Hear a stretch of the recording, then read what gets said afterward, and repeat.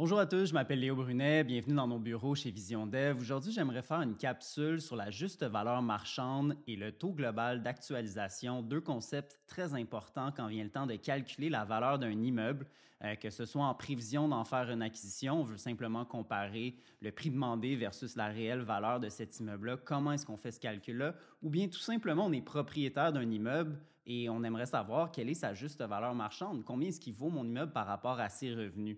Donc, suivez-moi sur le chiffrier, je vais vous expliquer ça et vous serez en mesure de le faire par vous-même après, c'est super simple. Donc, si on veut évaluer un immeuble de 12 logements, qui aurait des revenus bruts effectifs de 125 000 donc ça, c'est ses revenus si on comptabilise tous les baux et sources de revenus de l'immeuble, on va toujours calculer un taux de vacances. Même si l'immeuble est complet et qu'il n'y a aucune vacance, ça prend tout de même un standard pour s'assurer d'avoir une comparaison réaliste à faire avec un autre immeuble. Ce qui va nous amener à un revenu net effectif dans cette situation-ci de 121 250. Facture d'énergie de 2 000 donc on parlerait de hydro, par exemple, pour les aires communes, dans le cas d'un immeuble qui serait chauffé par le propriétaire. Les assurances, 7 500 les taxes municipales et scolaires combinées, 14 000 Et là, on tombe dans la partie d'harmonisation.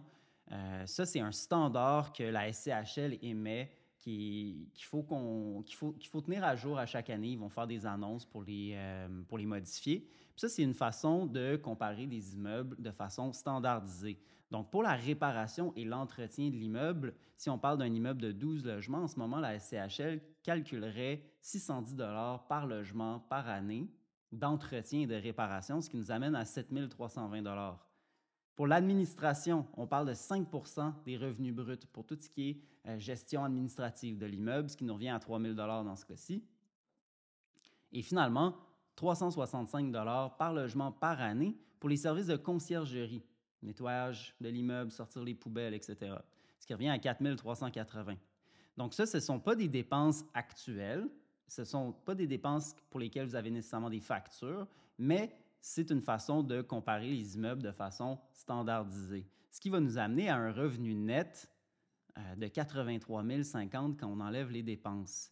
Donc ça, c'est le revenu harmonisé de l'immeuble. Vous remarquerez ici que j'ai mis les catégories pour les 11 et moins, qui sont un petit peu plus basses, ainsi que pour la catégorie des immeubles en béton. Donc, vous pouvez prendre note de ces informations-là. Ça, c'est mis à jour par rapport à la CHL, suivi les changements d'année en année. Donc, si on a un revenu net harmonisé de 83 050 quelle est la valeur de notre immeuble? Il faut utiliser pour ça le taux global d'actualisation.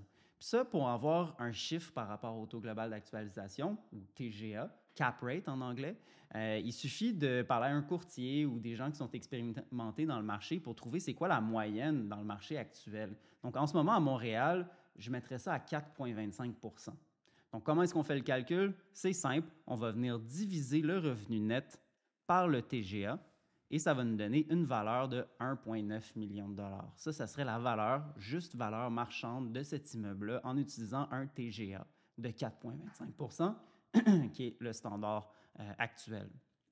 Si on venait le changer à 4 ça nous donnerait une valeur légèrement plus haute, ou si on le montait à 4,5 une valeur légèrement plus basse. C'est une relation inversée.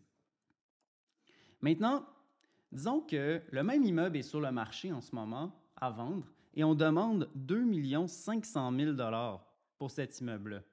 Quel est le TGA de cet immeuble? Alors, on va venir simplement diviser le revenu net par le prix demandé et ça nous donne le TGA demandé qui est de 3,3 puis dans cette situation-ci, ce serait très bas. Puis j'aurais du mal à vendre un immeuble à ce prix-là. Donc, si un vendeur demande un tel prix, vous pouvez facilement justifier une négociation en